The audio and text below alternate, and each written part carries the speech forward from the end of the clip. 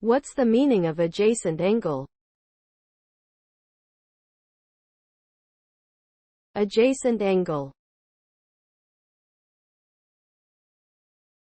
Adjacent angle. Adjacent angle.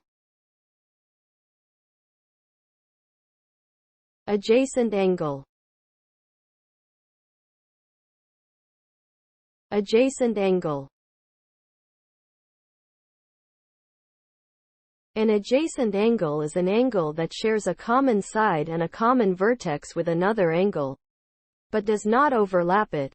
This means that the two angles are next to each other and have one side in common.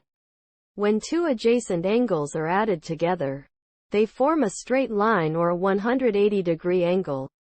This property is known as the angle sum property of a straight line. In other words, the sum of adjacent angles is always equal to 180 degrees.